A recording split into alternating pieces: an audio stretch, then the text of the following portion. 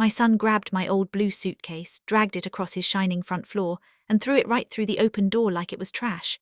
My clothes spilled across the porch. My family pictures slid into the dirt. Then his wife stood behind him with her arms folded and said, "Get out, beggar." I felt the whole world stop. I had just told my son the truth about my $75,000 monthly salary, and instead of shock or pride, I saw something colder in his eyes, something greedy, something cruel.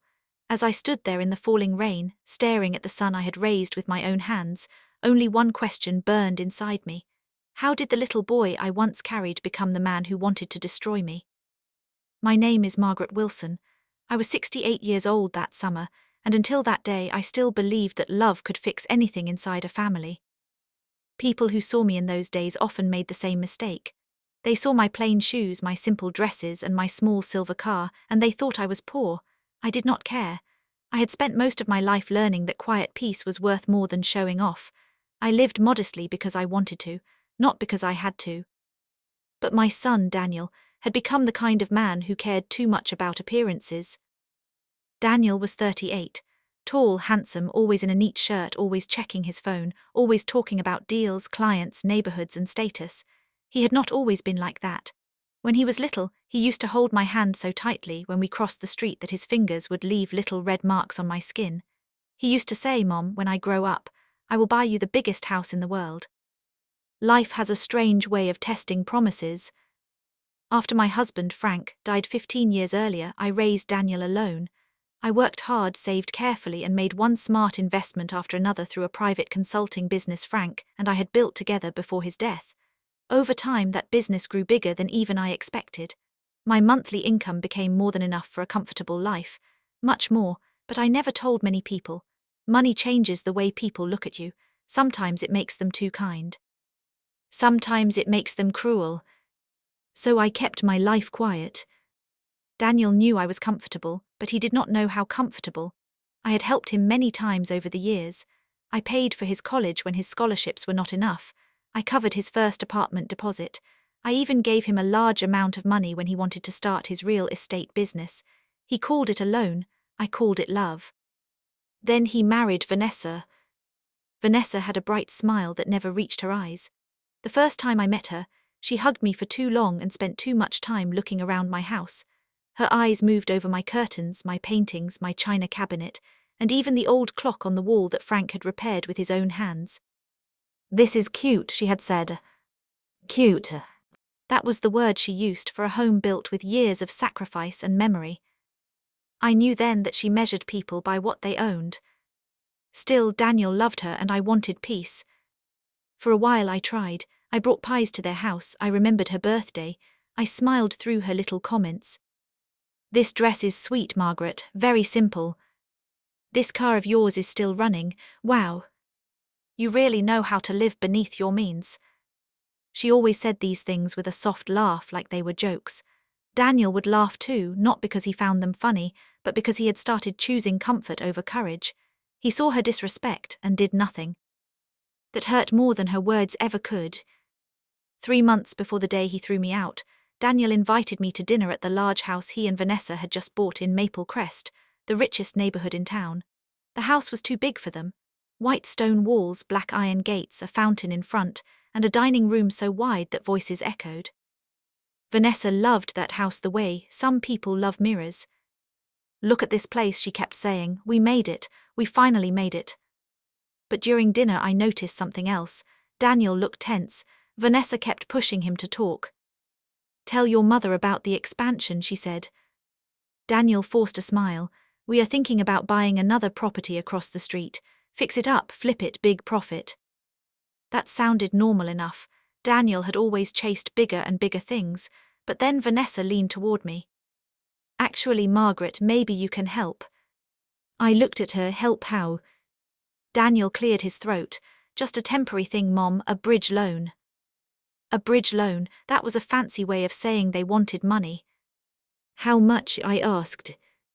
Vanessa answered before Daniel could. 500,000. I almost laughed, not because it was funny, but because of how calmly she said it, like she was asking me to pass the bread.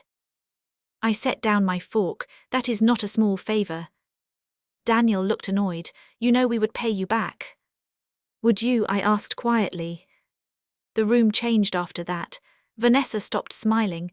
Daniel started tapping his fingers on the table. You have money sitting around, Vanessa said. Why not help family? I looked at her carefully. Family does not talk to me like I am an inconvenience. Daniel frowned. Mom, do not start. Do not start, I repeated. I have helped you your whole life. Vanessa rolled her eyes.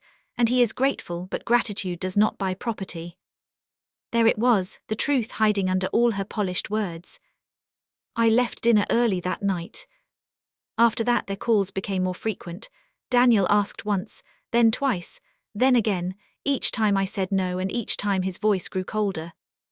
A week before he threw me out, he called and said he wanted to fix things. He wanted me to come over for lunch and talk as a family. I almost said no. Something in my spirit felt uneasy, but he was my son. Mothers are often the last ones to stop hopping. So I went. Vanessa opened the door wearing a cream sweater and a smile that looked practiced. Margaret, she said, come in. Daniel was in the kitchen. He kissed my cheek but did not look me in the eye. We sat at the long table. Nobody touched the food. Then Daniel said, Mom, we need honesty today. I almost smiled at the nerve of that sentence. Honesty about what? About money, Vanessa said quickly. About what you really have. I folded my hands. Why do you want to know? Because, Daniel said, people are talking. What people? He hesitated. Friends, people in business. Someone said Dad left more than you admitted. Someone said your consulting company still pays you huge amounts every month. I went quiet, so that was it. They had been digging. Vanessa leaned in. Is it true? I looked from her face to my son's face. I should have lied, I know that now, but I was tired. Tired of being questioned, watched, measured. Yes, I said, it is true. The room went still. How much? Vanessa whispered. 75,000 a month. Her mouth opened. Daniel sat back slowly like the chair had pushed him. For a second nobody spoke. Then Vanessa laughed, but it was not a happy laugh. It was sharp and strange. All this time, she said, looking around as if she had solved a puzzle. All this time you let us think you were just scraping by. I never said that, I replied. Daniel's face had changed. He looked hurt, but not the hurt of a son who feels shut out. It was the hurt of a man who thinks he has missed a chance. You hid this from me, he said. I protected myself, I answered. From your own family, Vanessa snapped. From greed, I said. That was when Daniel stood up. The sound of his chair scraping the floor made me jump. Greed, he said, after everything I have built. Built, I said, with my help. His eyes flashed. You think you are better than us because you have money and live like some secret queen. I rose slowly from my chair. No, I think I was foolish to believe love mattered more than money in this house. Vanessa stood too, then she pointed at my handbag by the door. She does not trust us, she never did, she thinks we are thieves. I think you are desperate, I said, and desperate people do dangerous things. Daniel took a hard breath, then he said the words I still hear in my sleep. If you are not going to help us, then leave. I stared at him. Daniel. Vanessa's face twisted. Get out, beggar. That word hit me like a slap. Beggar, me, the woman whose money they had just begged for. Before I could even speak, Daniel stormed past me, grabbed my suitcase from the guest room where I had placed it and dragged it to the door. He threw it outside, then my coat, then my shoes, then the little gift bag I had brought with homemade cookies inside. I stood frozen. Rain had started falling, my things were getting wet. A neighbor across the street slowed her car and stared. Vanessa stepped beside Daniel and folded her arms like she had won something. Then Daniel said, low and hard, do not come back unless you are ready to act like family. I looked at him for a long moment, my son, my only child. Then I bent down, picked up the framed photo of Frank from the porch, wiped the rain from his face, and said something I had never imagined saying to my own child. One day, Daniel, you will understand what it costs to throw away the wrong person. I gathered what I could, packed my soaked belongings into my car, and drove away with tears blurring the road. That night I did not sleep. I sat by my bedroom window with Frank's photo in my lap and went over every warning sign I had ignored. Every insult, every excuse, every silence. I thought about Daniel as a boy. I thought about the man he had become.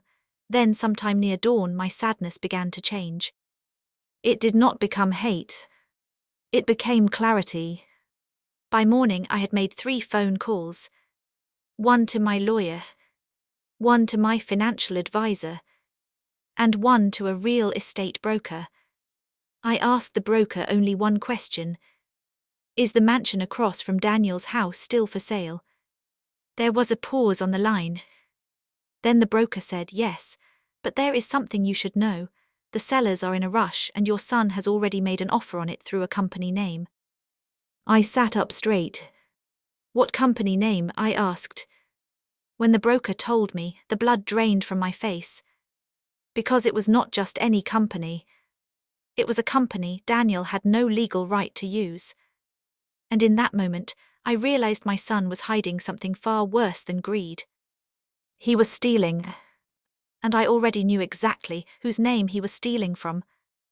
If this hit the way you want, like this story, comment your favorite moment and subscribe so you do not miss what Margaret does next.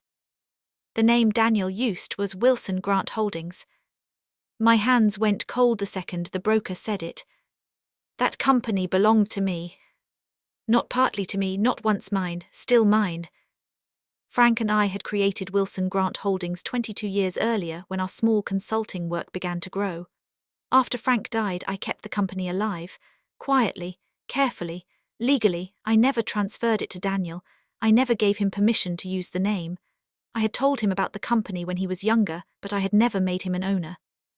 So when the broker spoke those 3 words, something inside me settled. This was no longer just about hurt feelings. This was no longer just about a rude daughter-in-law and a proud son. This was fraud. I thanked the broker, hung up and sat still for almost a full minute. The house around me felt too quiet. The clock on the wall ticked so loudly it sounded like footsteps. I looked down at Frank's picture in my lap. You always told me to pay attention when people get greedy, I whispered. Then I stood up and got to work.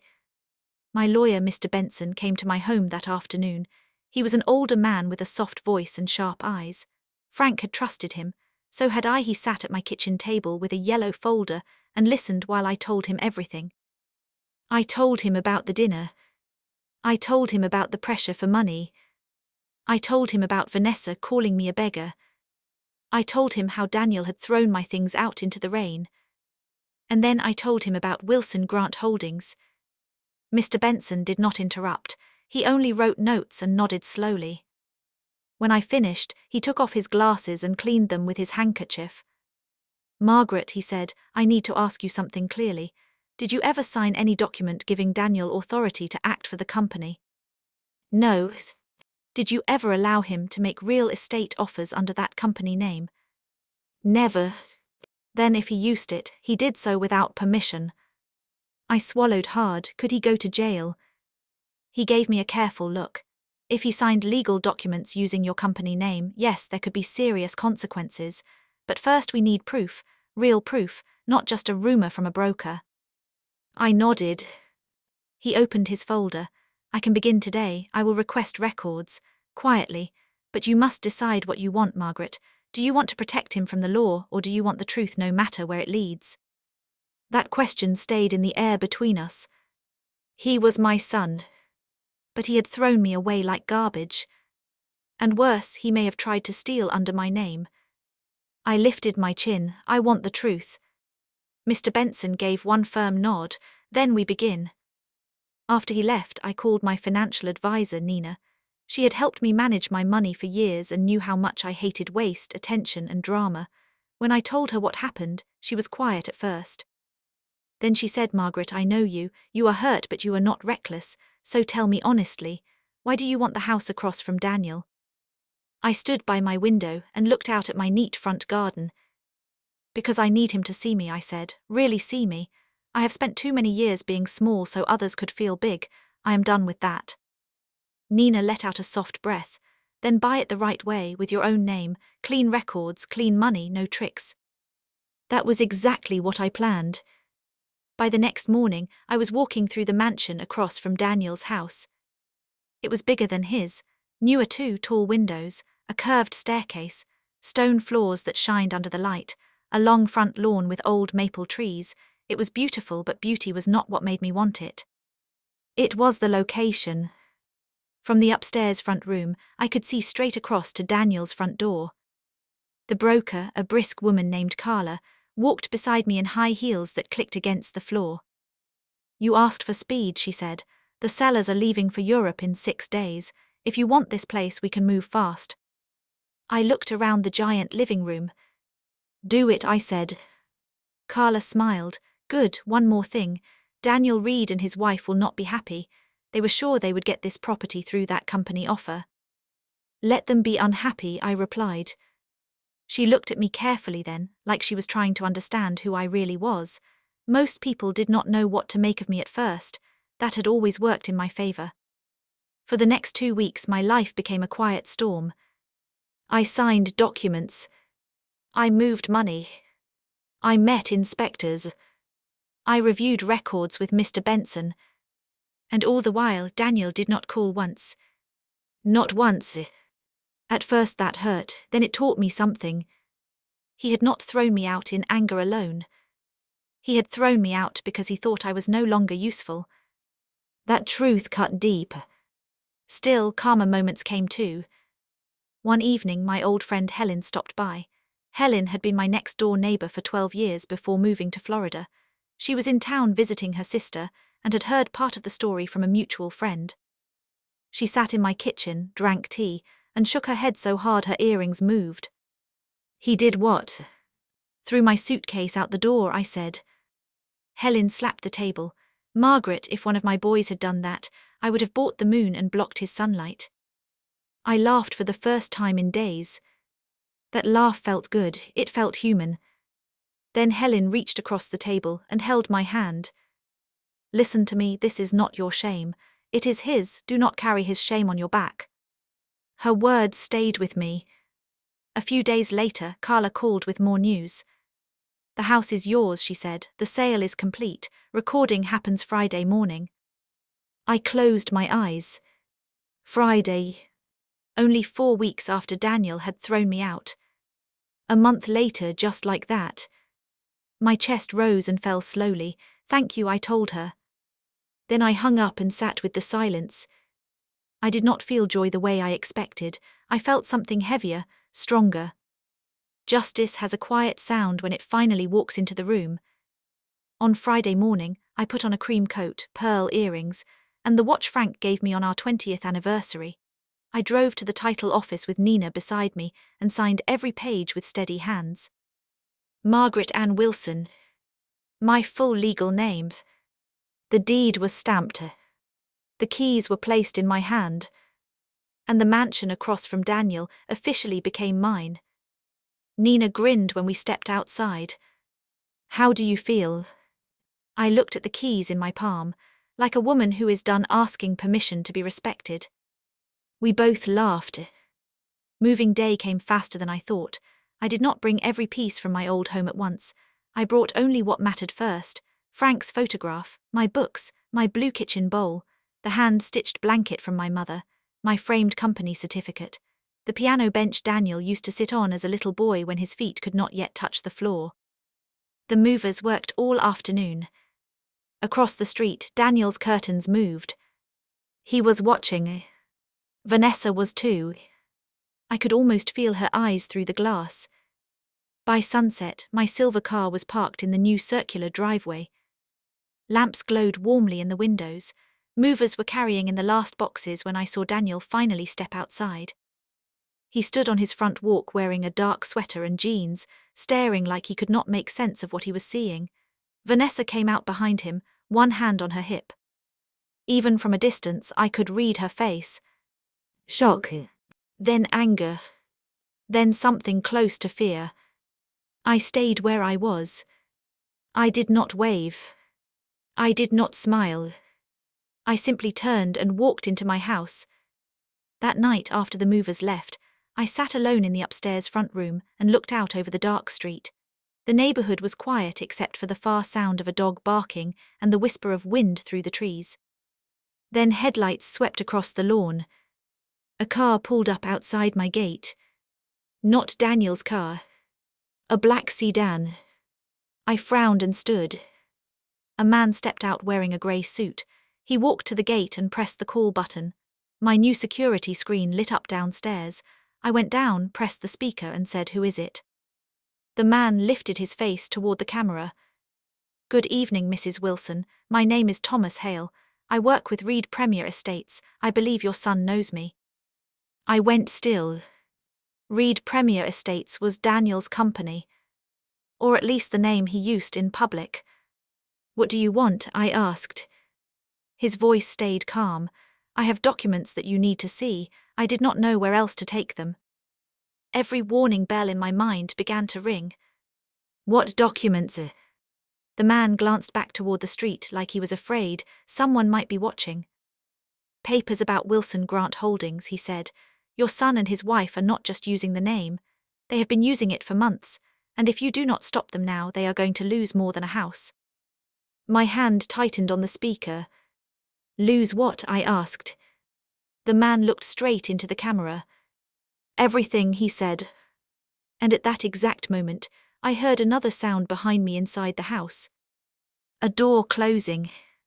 I turned slowly toward the dark hallway, because I knew I had locked every door before sunset. And somehow, someone was already inside my home. I froze in the middle of my front hall and listened. The sound had come from deeper inside the house, not loud, just one clean click like a door had been pulled shut by a careful hand. For 1 second, my heart beat so hard I could hear it in my ears. Then I remembered something Frank used to tell me: fear is loud, but thinking must be louder. I kept my voice steady and spoke into the gate speaker again. "Stay where you are, Mr. Hale." Then I pressed the button that kept the gate locked and reached for my phone. My fingers shook, but only a little. I called security first because the neighborhood had private patrol. After that, I called Carla, the broker, because she knew every access code that had been changed after the sale. While the phone rang, I picked up the heavy brass candle stand from the entry table. I was not trying to fight anybody. I just needed something solid in my hand. Carla answered fast. "Margaret." "Someone may be inside the house," I whispered. "What? How?" "I do not know. Stay on the line." I moved slowly toward the hallway. Every lamp was on in the front rooms, but the back part of the house was dim. Long shadows stretched across the floor. My own reflection moved beside me in the dark window glass, making me jump once before I caught myself. Then I heard it. A soft shuffle. Not a thief running wild, not someone crashing around. Someone trying not to be heard. My mouth went dry. The security officer said he was 2 minutes away. Carla stayed on the line and kept talking, maybe so I would not feel alone. "You are not by yourself, Margaret. Keep breathing, do not go upstairs, stay near the front." But I had already taken 3 more steps. Then a voice came from the kitchen doorway. "Please do not scream." I spun around so fast I nearly dropped the candle stand. A girl stood there. She could not have been older than 20. She was thin, pale and scared. Her blonde hair was tied back in a messy knot, and she wore dark clothes like someone trying to disappear. Her eyes were red, like she had been crying. We stared at each other. She lifted both hands. "I am not here to hurt you," she said quickly. "I swear, please, I just needed to get inside before he saw me." "Who are you?" Before she could answer, headlights flashed across the front windows again and red security lights blinked outside. The patrol officer had arrived. The girl flinched. "Please," she whispered, "do not send me out there. If he sees me, I am done." Something in her voice was real, not polished, not fake, real fear. I kept my distance. Carla was still on the phone. Mr. Hale was still waiting outside the gate with whatever papers he claimed to have, and now there was a frightened stranger in my kitchen. This was no accident. All of it was connected. I could feel it. The patrol officer knocked at the front door. I backed away from the girl and opened it. A stocky man in a navy jacket stepped inside. "You reported a possible intruder, ma'am." I pointed toward the kitchen, then stopped. The girl had stepped into the light now. She looked less dangerous than a wet bird. She says she is not here to hurt me. The officer narrowed his eyes. Who are you? The girl swallowed. My name is Lily. Last name, the officer said. She hesitated, then she said Lily Hale. I looked toward the gate speaker box on the wall, then back at her. Hale, I repeated, as in Thomas Hale outside my gate. Her eyes filled. He is my father. Everything inside me shifted. The officer looked annoyed now, like he had walked into family trouble disguised as danger. Do you know this man, Mom? Not personally, I said. He came with papers about my son. The officer rubbed his jaw. You want me to remove them both? Lily shook her head fast. No, please, my dad is trying to help her. Then why sneak into my house? I asked. Because if Vanessa saw me at the gate, she would tell Daniel, Lily said. And if Daniel knew I was here, he would make sure I never spoke to you. The room went very quiet.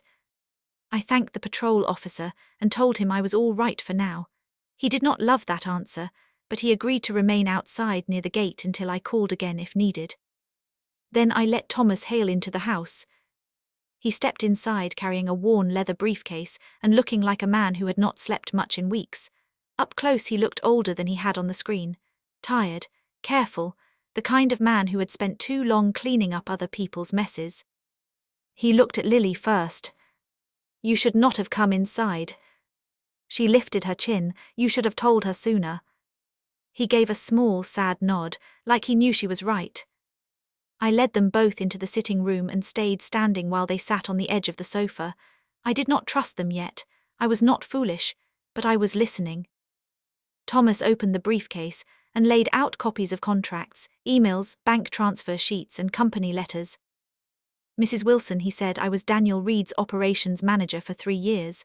I handled scheduling, files, office paperwork, property packets. At first I thought he was ambitious.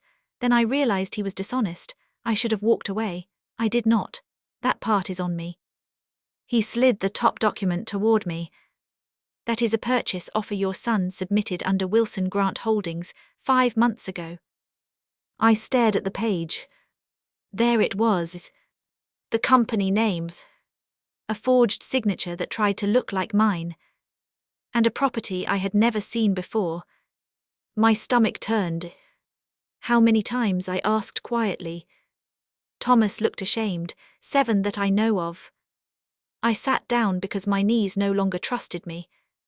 7. He nodded. Your son and his wife built their image with borrowed money and fake authority. They told investors your company backed their deals. They used your private reputation to gain trust. When cash ran low, they moved money between accounts to cover gaps. Sometimes it worked. Lately it stopped working. So that was why they had pushed so hard for my money. Not just greed. Panic. I looked up slowly. Explain everything plainly. Thomas did. Daniel had started Reed Premier Estates with more ego than experience. In the beginning, he made a few honest deals and looked successful. Vanessa pushed him to grow faster. She loved the rich parties, the luxury clubs, the pictures, the feeling of being above other people. But they were spending more than they earned. To keep up appearances, Daniel began promising investors that certain properties were backed by family capital through Wilson Grant Holdings. My capital. My company. My names. At first he only talked. Then he started printing documents, then signing them, then making offers, then moving closer to outright fraud. Why did no one contact me? I asked. Thomas answered that too. Because Daniel told everyone you hated public attention and handled everything privately. He said you were elderly, reclusive, and difficult to reach. He made your silence sound believable. Lily looked down as if those words hurt her too. And Vanessa? I asked. Lily was the one who answered. She knew, she pushed him. She kept saying one big flip would fix everything. She said if they got the mansion across the street and sold it fast, they could repay the hidden debts, calm the investors, and no one would ever know. That explained the desperation in their eyes at dinner. It explained the pressure. It explained why my refusal had changed everything. They were not just asking for help. They were sinking. I looked through more pages. There were emails from Vanessa full of sharp instructions. Push harder. Do not tell his mother the full number. Once we control the property, she will have no choice. My chest tightened. She had never seen me as family, only as a gate to walk through. Then I found something worse. An email draft from Daniel to an investor. Wilson Grant Holdings will formally absorb Reed Premier Estates after the next acquisition. I read it twice. That means he planned to take over my company, I said. Thomas nodded once, yes. For a long moment nobody spoke.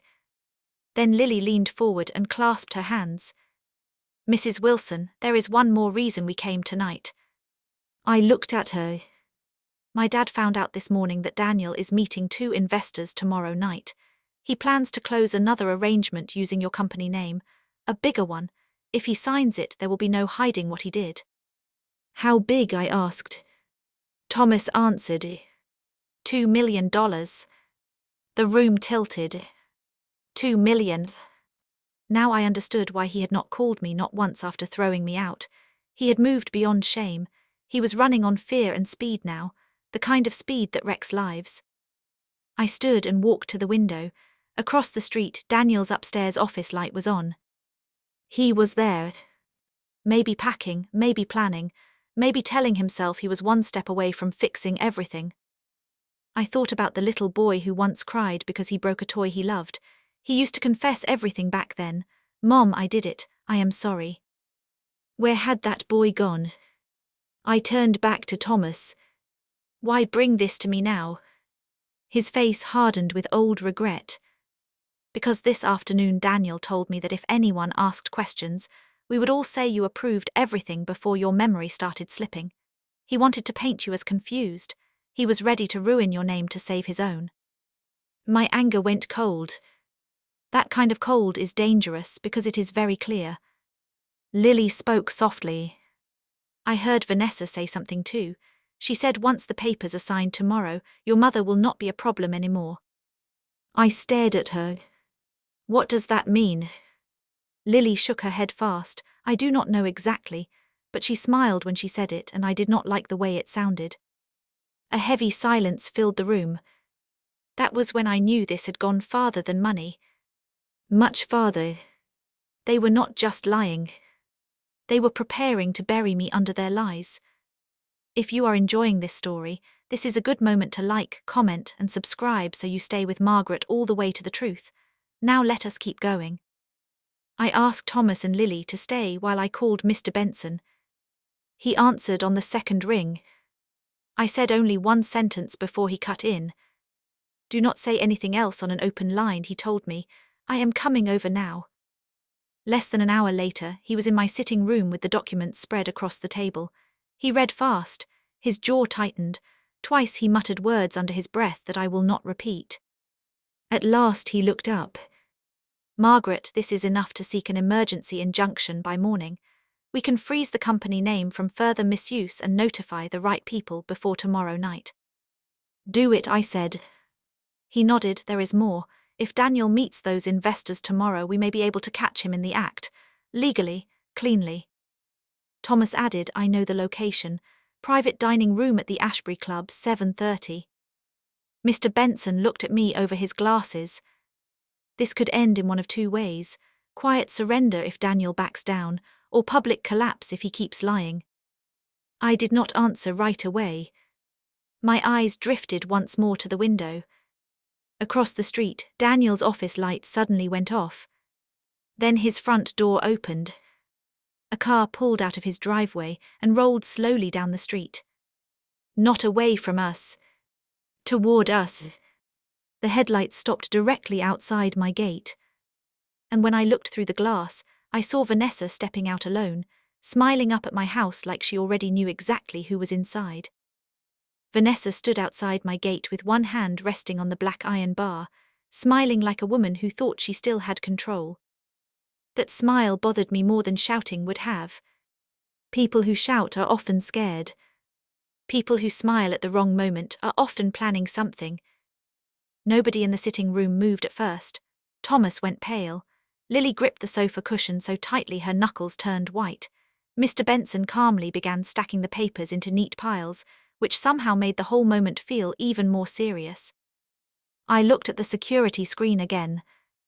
Vanessa was dressed beautifully, of course. Long tan coat, shiny dark hair, gold earrings that caught the porch light. From a distance she looked graceful and polished, but I knew better now. Under all that polish was panic. And panic makes clever people reckless. Mr. Benson spoke first. Do not let her in unless we decide together. I nodded. Thomas rubbed his forehead. She must have seen my car. Or mine, Lily whispered.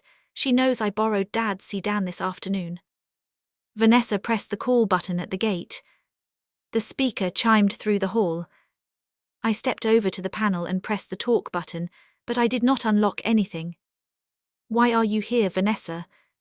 Her voice came through soft and sweet, too sweet. Margaret, can we please talk, just the two of us? Daniel does not know I came, I only want to make peace. That almost made me laugh. Make peace, I repeated. Yes, she said, we have all said things we regret. Daniel is upset, you are upset. Let us be adults and fix this before it gets worse. Before it gets worse. That was a strange choice of words for a woman who knew nothing was wrong. Or maybe she knew plenty. I kept my voice flat. It already got worse the day you called me a beggar. Her silence lasted 1 second too long.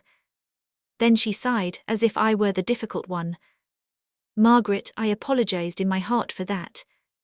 Helen would have laughed herself out of her chair at those words. An apology in your heart is not an apology, I said. Behind me, Lily whispered, she does not know how much we told you. Vanessa pressed closer to the speaker.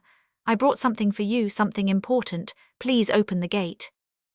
Mr. Benson stepped beside me and quietly shook his head. No, I said into the speaker. You can say whatever you came to say from there. Her sweet tone dropped a little. This is not a conversation for the sidewalk. Then it can wait. I released the button. Outside, Vanessa's smile disappeared for the first time. She looked up at the front windows, scanning the house, trying to figure out what I knew and who was with me. Her eyes paused for half a second on the upstairs room where the lights were still on. Then she looked back at the gate camera. She tried once more. Margaret, please, Daniel is under a lot of pressure. You know how men can be when business gets heavy. I'm only trying to protect my family. I pressed the button again. Protect them from what? She hesitated. From mistakes, she said carefully. Mr. Benson leaned toward me and murmured, she is fishing. I knew that already. Vanessa did not come to confess, she came to measure the damage. I let go of the speaker and watched her through the screen.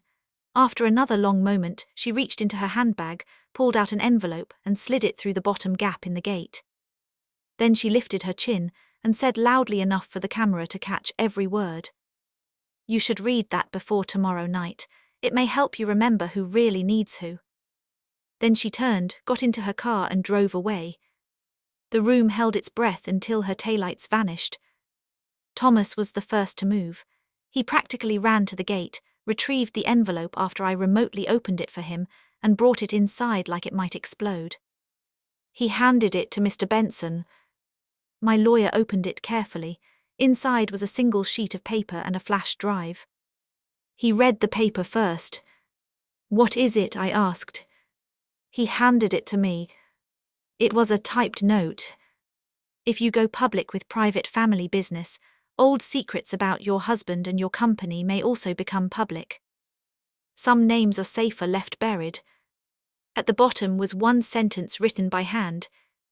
Ask yourself what Daniel knows about Frank. My fingers tightened around the page. That note was meant to shake me. And it did. Frank had been many things: honest, careful, quiet, smart. He had made mistakes like any man, but not the kind Vanessa was trying to suggest. Still, when people attack, they do not need truth, they only need fear. Vanessa wanted me off balance before tomorrow. Mr. Benson took the note back and slipped it into a file sleeve. Cheap threat, he said. But the flash drive might not be cheap. Thomas plugged it into his laptop at the table. We all gathered around. There were only 3 files. One was a scanned copy of an old company agreement with my signature on it. Except it was not my signature. It was close enough to fool a stranger, but not me. The second file was worse. A video clip. It showed Daniel in his office speaking to someone off camera. His voice was tense. "No, listen to me. If she pushes back, we say my mother approved it years ago when Dad was still alive. Nobody will question old family paperwork if it looks settled." Vanessa's voice answered from off camera. "And if she still fights?" Daniel paused. "Then we remind her that Dad's records were never as clean as she thinks." The clip ended. I stared at the screen in silence. Thomas swallowed hard. "I copied that from the office server before I left. I thought you might need it." "Need it?" "Yes. Because now I had heard my son planning to lie about me with my own ears. And I had heard them using Frank's name like a shovel, digging up the dead to bury the living." The third file was a list of investors, dates, and amounts.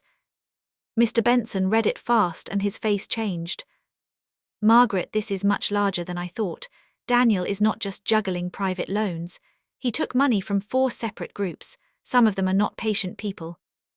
My chest felt tight. "How much altogether?" He looked down again. "Including the amount he is trying to close tomorrow night, close to $3.4 million. Lily covered her mouth. Thomas shut his eyes. I sat down very slowly. $3.4 million. My son had not just wandered into trouble, he had built a house inside it and locked the door behind him. The calmer part of the evening came after that, strangely enough. Maybe it was because the truth had finally become clear. Painful, yes, but clear. We ordered simple food because nobody had eaten. Soup, bread, tea. Lily was shaking so badly at one point I wrapped her in the soft grey blanket from my sofa. She looked so young then, so tired. She told me she had worked part-time in Daniel's office during college breaks. At first she believed everything. She thought Daniel was impressive, kind, sharp. Vanessa treated her like a little helper, always asking her to carry folders, run papers, print contracts. Then one day Lily noticed that dates did not match and signatures looked copied. When she asked Thomas about it, he told her to stay out of it. "I was scared," Thomas admitted quietly. "I kept thinking I could fix it from the inside, that if I cleaned enough of the mess, maybe Daniel would stop before it got criminal." "That is how many disasters grow," Mr. Benson said. "One person lies, 2 people stay quiet, then the lie learns how to walk on its own." Nobody argued with that. I looked at Lily. "Why help me now, really?" She met my eyes. "Because I watched you come into the office once last year with homemade muffins, and after you left, Vanessa called you old wallpaper. Something useful only if it matches the room." Daniel laughed. "I hated them both for that, but I still did nothing. I am here now because I do not want to be that kind of coward again." Her honesty touched me. Cowardice often hides behind silence. I knew that better than most. I reached over and squeezed her hand. "Thank you for showing up now." Her eyes filled with tears. Around 10 that night, Mr. Benson spread out the next steps. By morning, he would file the emergency motion to stop any further use of Wilson Grant Holdings. He would notify the title office, bank contacts, and the investor lawyer whose name appeared on one of the documents. He also wanted to arrange for a court reporter and 2 witnesses near the Ashbury Club tomorrow evening in case Daniel tried to close the deal anyway. Everything would be legal, clean, documented. No shouting. No guessing. Just truth. Then he looked at me. "You do not need to attend." I knew why he said that. He was trying to spare me. But I shook my head. "I will be there." "Margaret," he said gently, "seeing him collapse in public may still hurt you." "He already hurt me in private," I replied. "I will not hide from the truth because it is ugly." Nobody pushed me after that. One by one, everyone left near midnight. Thomas took Lily home with strict instructions to keep her phone on and tell no one where she had been. Mr. Benson promised to call by noon. The patrol car circled twice before the street finally grew still. Then I was alone. I should have slept. Instead, I walked through the house with bare feet and a tired mind, checking locks, touching walls, opening curtains, closing them again. The mansion felt huge at night, too huge, but it also felt like something else. A statement. For years I had tried to make myself smaller so love would feel easy for other people. I had swallowed insults, hidden success, softened my voice, explained away disrespect. No more. Around 1 a.m, I carried Frank's photo to the upstairs front room and sat by the window that looked across at Daniel's house. Most lights were off. Only one window still glowed. His office. I wondered if he was in there reading fake papers and fake courage into himself. I wondered if he remembered being 10 years old and crying because he lied to me about breaking the neighbor's window with a baseball. He had confessed before bed that night because he could not bear the guilt. I held him and told him the truth always costs less than a lie. What had happened to that lesson? I must have dozed in the chair, because when I opened my eyes again, dawn was turning the sky pale grey. And Daniel was standing on the sidewalk across the street. Just standing there, looking straight at my house. I could not tell how long he had been there. I moved closer to the glass, but he did not wave, he did not call, he only stared. There was something hollow in his posture now, less pride, more restraint. Then Vanessa came out behind him, said something sharp and pulled him back toward their door. That image stayed with me all morning. Maybe he was scared. Maybe he wanted to fix it. Maybe he was too deep in Vanessa's voice to hear his own conscience anymore. By noon the calls began. First, Mr. Benson. The injunction is filed. Temporary notice accepted. If Daniel signs anything tonight under your company name, he will be doing it after formal warning.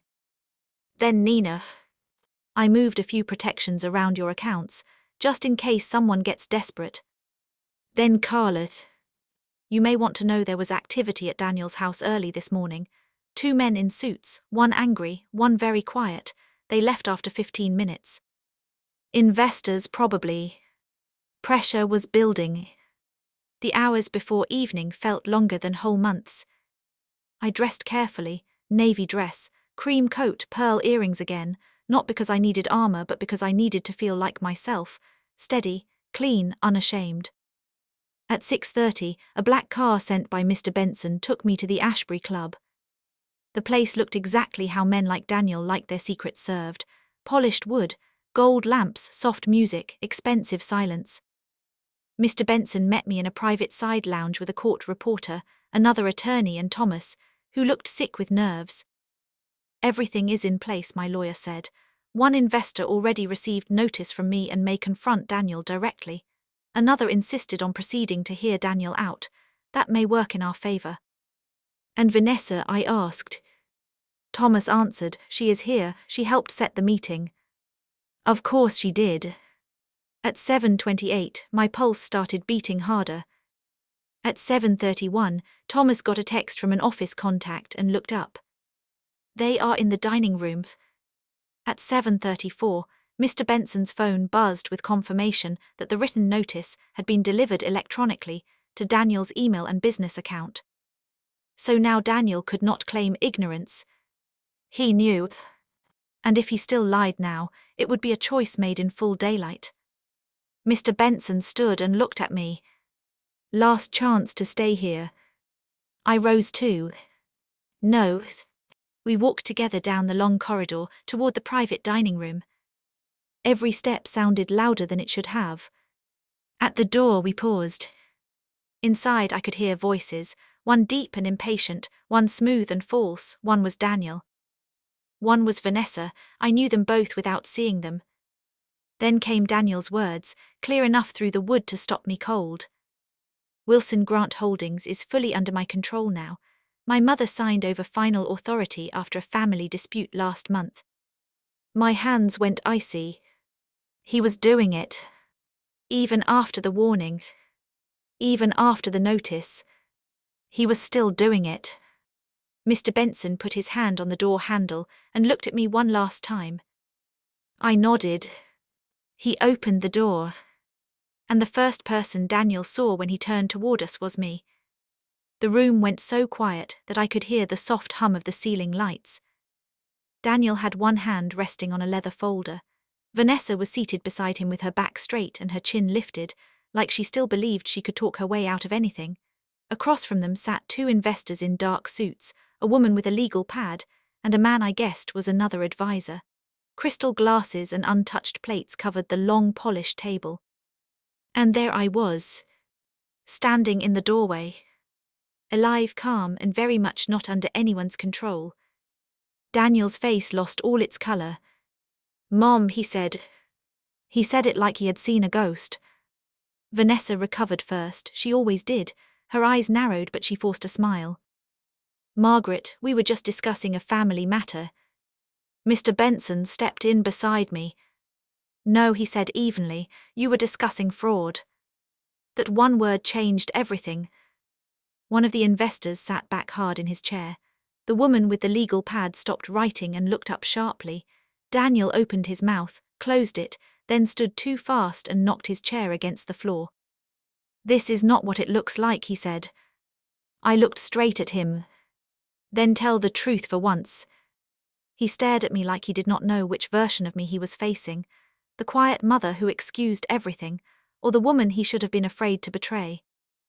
Mr. Benson placed a file on the table and opened it with careful hands. At 7:34 this evening, formal notice was delivered to Mr. Daniel Reed, stating that he has no authority to act for Wilson Grant Holdings in any way. He received that notice before this meeting continued. We also have documentation showing forged signatures, false representations, unauthorized offers, and repeated misuse of Margaret Wilson's company name. One investor stood up immediately. "What?" Vanessa jumped in with that smooth voice of hers. "This is a misunderstanding. Daniel's mother has been emotional lately, and there has been confusion over old paperwork." That was when Thomas Hale walked in behind us. He looked tired but steady. "No," he said, "there has been lying, a lot of it." Vanessa's face changed, her mask cracked for the first time. "Thomas," she said sharply, "you have no right to be here." He ignored her. He handed copies of the emails, contracts, and recorded video transcript to the people at the table. The investors began reading. One by one, their expressions changed from confusion to disbelief to anger. Daniel looked trapped now, really trapped. He turned to me. "Mom, I can explain." I took a slow breath. The whole room was watching us, but suddenly it felt like only the two of us existed. "Then explain. Explain why you threw me out. Explain why you stole my company name. Explain why you used your dead father's memory as a weapon. Explain why your wife called me a beggar while both of you begged for my money." His lips parted, but no words came. Vanessa stood. "This is all because she refused to help us," she snapped. "We gave her every chance to fix this privately." The older investor turned toward her. "Fix what privately?" Vanessa's jaw tightened. "A cash flow problem." Mr. Benson answered before she could continue. "A debt problem, a deception problem, and a criminal exposure problem." The investor slammed the papers down on the table. "How much of this is true?" Daniel looked at Vanessa. Vanessa looked at Daniel. That was the answer. "Everything." The woman with the legal pad spoke next, very calm and very cold. "Mr. Reed, did you or did you not tell us Wilson Grant Holdings stood behind these acquisitions?" Daniel swallowed. "I believed we would settle the family structure soon." "That was not the question," she said. He looked down. "Yes." "Did you have legal authority?" "No." The room seemed to shrink around him. Another investor stood up so suddenly his chair scraped back. "You took our meetings, our trust, and our money on the strength of a lie." Daniel lifted both hands. "I was trying to fix it." That was the first fully honest thing he had said all night. And because it was honest, it was also pathetic. He had not started by trying to fix anything. He had started by trying to look important, then he tried to keep up, then he tried to cover the cracks, then he lied to protect the lie. And now he was drowning inside the thing he built. Vanessa still was not done fighting. She pointed at me. You could have stopped all this weeks ago if you had just helped your son. I turned toward her slowly. No, I could have funded your lies for a little longer. That is not the same as helping. She opened her mouth again, but the older investor cut her off. Enough. He turned to Daniel. Is there more we do not know? Silence. Then Thomas spoke quietly. Yes. He handed over one last packet, the investor list and amount summary. By the time the room finished reading, nobody looked confused anymore. They looked furious. The meeting ended fast after that. Very fast. Phones came out, lawyers were called, the investors left in pairs, speaking in low, urgent voices. One of them looked directly at Daniel and said, "You should have told the truth before tonight." That sentence stayed with me because it was so simple. You should have told the truth. Yes. That was the whole story of Daniel's fall. Not money. Not real estate. Not Vanessa. Truth. Or the lack of it. Vanessa tried to leave with Daniel, but Mr. Benson stopped them both just long enough to make one point clear. There will be formal action. Do not destroy records, do not move funds, do not contact Mrs. Wilson except through counsel. Vanessa glared at me like she still blamed me for everything. Daniel did not glare. He could barely look at me at all. He looked ashamed now. Ashamed and scared. I should have felt triumph in that moment. Maybe I did a little, but mostly I felt tired. This was my son. The same boy whose fever I once sat up all night to watch. The same boy who used to hide behind my leg on his first day of school. People think betrayal kills love at once. Sometimes it does not. Sometimes it leaves love alive just long enough to hurt more. Outside the club, Mr. Benson asked if I wanted a statement prepared for the formal side of things. I told him yes. Then he asked if I wanted extra security at the house. I told him yes to that too. Thomas and Lily thanked me for listening to them. I thanked them for showing courage before it was too late. When I got into the car, I finally let myself cry. Not loud. Not dramatic. Just the kind of crying that comes when a truth has fully landed, and there is no more room to pretend. I cried for Frank. I cried for the son I remembered. I cried for the woman I had been when I kept making excuses for disrespect, because I was afraid of losing family. And then I wiped my face and looked out the window. Because there was still one thing left to do. The next morning, I invited Daniel to come alone. Not Vanessa. Just him. He arrived at noon. He walked into my new house slowly, like each step cost him something. He looked older already. One bad night can age a person when the truth finally gets into their bones. I met him in the sitting room. No tea, no pleasantries, just us. He stood there for a long moment, staring at the floor. Then he said, "I am sorry." I waited. Not because I wanted to punish him, because I wanted the full truth. He understood that. So he told it. Not all at once, not smoothly, but honestly. At first he said he really did want to build something big. He wanted to be admired, he wanted to be seen as successful, he wanted people to look at him the way they used to look at Frank. Strong, capable, respected. But real success came slower than he expected. Then he met people who cared about image more than substance. Then he married Vanessa, who pushed him to live bigger than his income. Then the pressure grew. A bad deal happened, then another. He moved money to hide losses. He exaggerated family backing to calm investors. When no one challenged him early, he became bolder. Then Vanessa found out the truth, and instead of stopping him, she pushed harder. She believed one giant flip would solve everything. She told him appearances mattered more than caution, because once people saw luxury, they trusted you. That mansion across the street had become their dream rescue plan. If they got it, borrowed against it, and sold it fast, they thought they could repay the hidden debts and cover their tracks. That was why they wanted my $500,000. That was why my refusal made them panic. And that was why, when I revealed my real income, everything inside them turned ugly. They did not hear my mother is doing well. They heard we could have used that money. So they lashed out. It was not just greed. It was entitlement. I listened to all of it without interrupting. Then I asked the hardest question. Why throw me out? Daniel closed his eyes. Because when you said you were protecting yourself from greed, I knew you were right, and I hated that you could see what I had become. That answer hurt because it was true. Some people attack hardest when they feel exposed. I asked him one more thing. And your father, why use his name? Tears filled his eyes then.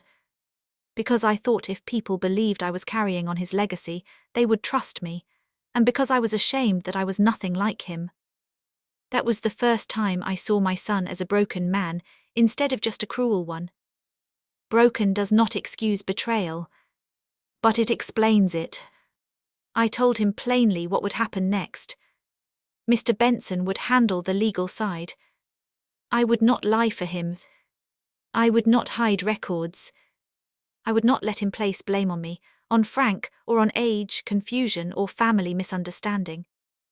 He would face the consequences of what he had done, but I was also not going to destroy him for revenge alone.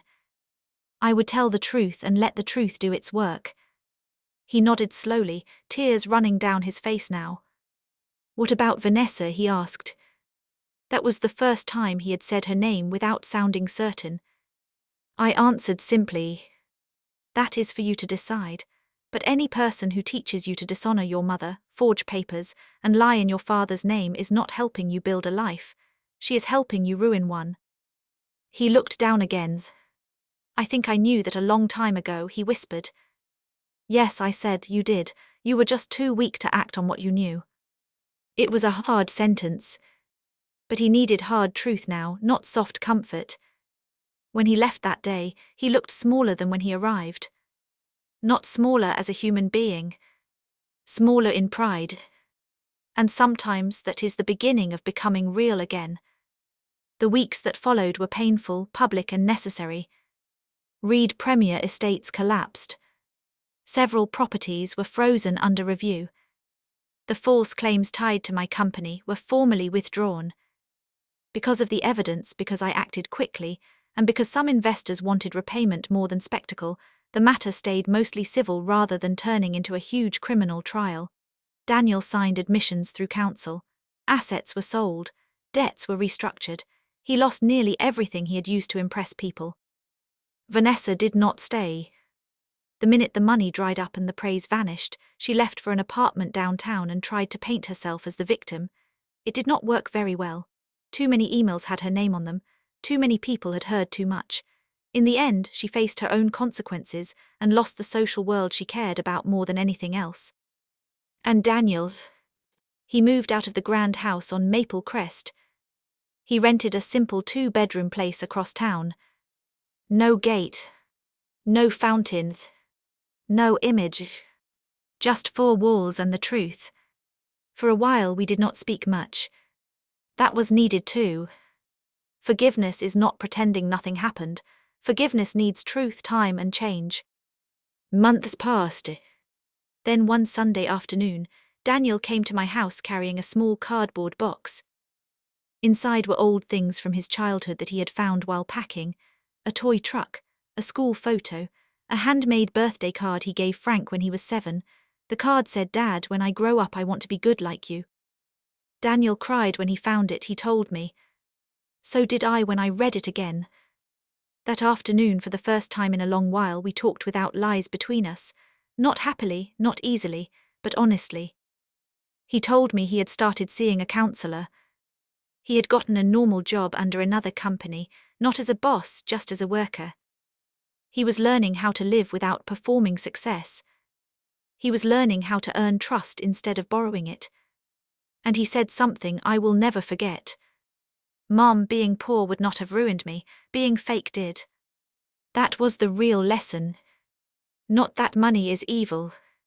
Not that nice houses are bad. Not that success is wrong.